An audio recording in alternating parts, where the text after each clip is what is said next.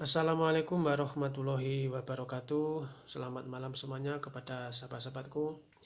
Sesama bangsa rambut dimanapun berada, pada kesempatan malam kali ini saya ingin memberikan sebuah pengalaman ya. Pengalaman yang saya kerjakan ketika menjadi seorang pemangkas rambut.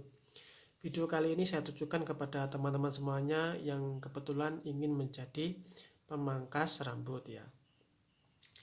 Di sini sudah saya rangkum menjadi 5 ya. 1 2 3 4 5. 5 cara saya menjadi seorang pemangkas rambut sampai saat ini. Di sini adalah tempat kerja saya. Yang pertama ya, kita langsung saja kita bahas. Yang pertama adalah niat sahabat. Jadi pada waktu dulu ya, saya memang sudah berniat ketika menjadi seorang pemangkas rambut. Kebetulan di usia kurang dari 30 tahun. Pada awalnya pekerjaan saya tidak menentu ya sahabat. Terkadang bekerja di A, terkadang kerja di B, 1 bulan tidak kerja atau nganggur, 1 minggu kerja. Dan saya sudah bertekad untuk punya pemikiran ya, bertekad untuk menjadi usaha ataupun menjadi orang swasta yang mana tidak terikat oleh bos ya, ataupun terikat oleh waktu ya. Maka saya putuskan untuk menjadi seorang pemangkas rambut. Jadi niat di sini adalah sangat penting sahabat. Kalaupun sahabat tidak ada niatan sama sekali, baik untuk menjadi seorang pemangkas rambut maupun untuk menjadi usaha yang lain, maka video kali ini skip saja ya. Maka tidak ada gunanya lagi. Karena memang niat adalah hal ataupun pokok yang utama. Dan yang kedua adalah tahu kemampuan ya. Di sini temanya adalah tahu kemampuan beli alat atau cicil maupun skala besar. Pada awalnya ya, saya ketika ingin menjadi seorang pemangkas rambut, saya membeli alat itu mencicil sahabat ya. Saya beli alat mesin dulu, terus baru setelahnya beli kaca dan beli kursi, kita nyicil ya sahabat. Jadi kita harus tahu kemampuan kita dulu. Jangan sampai kita membeli alat skala besar tetapi uang kita tidak cukup ya sahabat. Apalagi kita belinya utang atau hutang-hutangan, itu jangan sampai kita lakukan.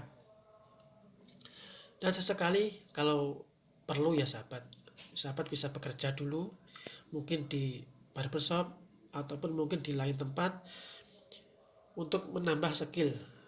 Kalau di barbershop sahabat bisa menambah skill, sekalian sahabat bisa membeli alat.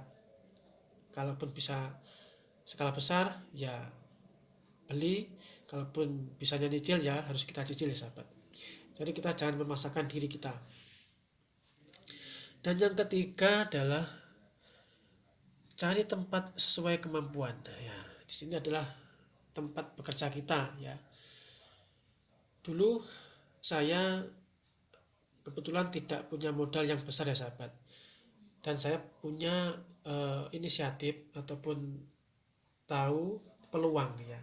Karena sebelum saya buka di rumah di sini, di situ ada peluang bahwa ada sebuah tempat di mana tempat itu bekas pemangkas rambut yang ditinggalkan karena pemiliknya sudah meninggal dunia.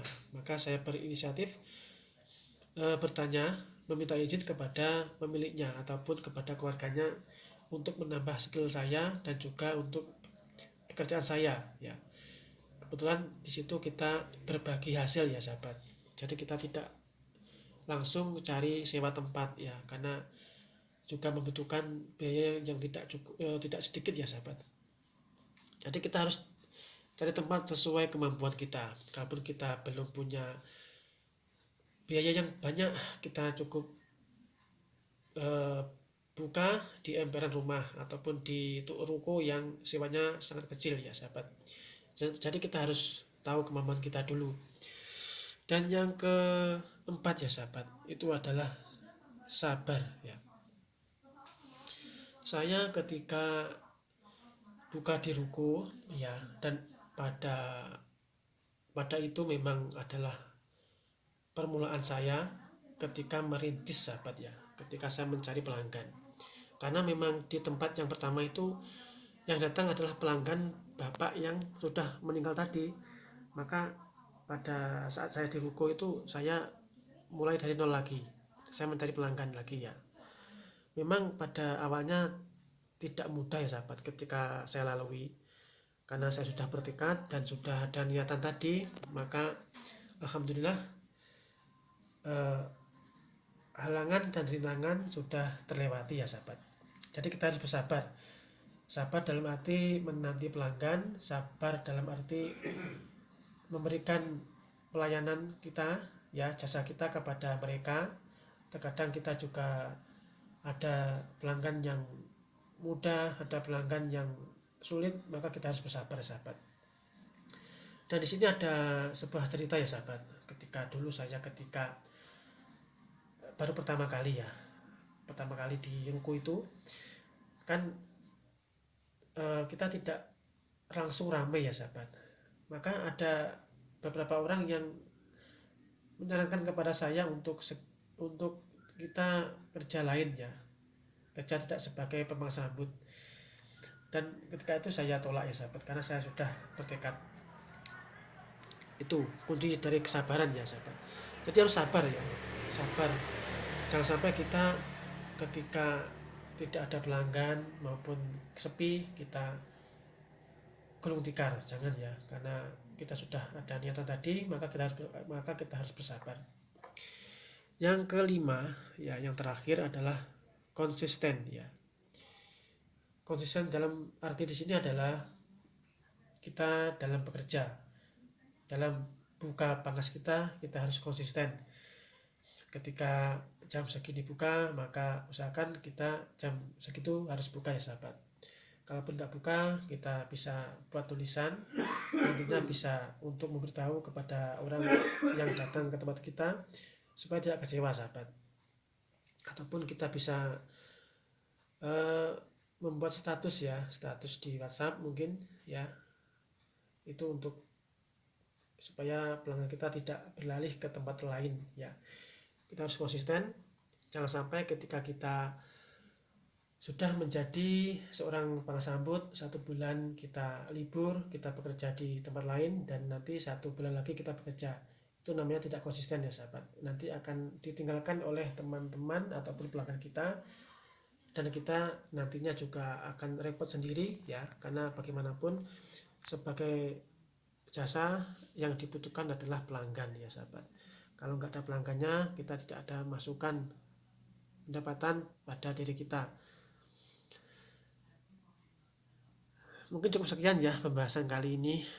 Mudah-mudahan video yang singkat ini ada manfaatnya kepada saya ya, khususnya kepada sahabat semuanya yang mungkin masih belajar mungkin kursus maupun belajar otodidak, belajar lewat YouTube. Dan yang terpenting adalah niat tadi ya sahabat. Sabar, tahu kemampuan untuk beli, tahu kemampuan untuk sewa tempat, sabar dalam artian mencari pelanggan dan juga pelayanan juga harus sabar, dan juga konsisten ya sahabat. Apalagi ya yang ingin saya sampaikan, saya lupa.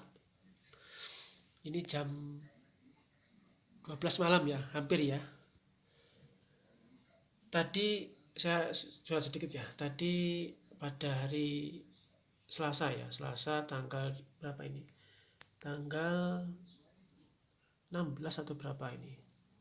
Atau 17 ya. Kebanyakan pangkas hari ini kurang ramai sahabat ya, dan ini juga terjadi pada diri saya, maka kita harus bersabar ya. Oke sahabat, mudah-mudahan ada manfaatnya video singkat kali ini.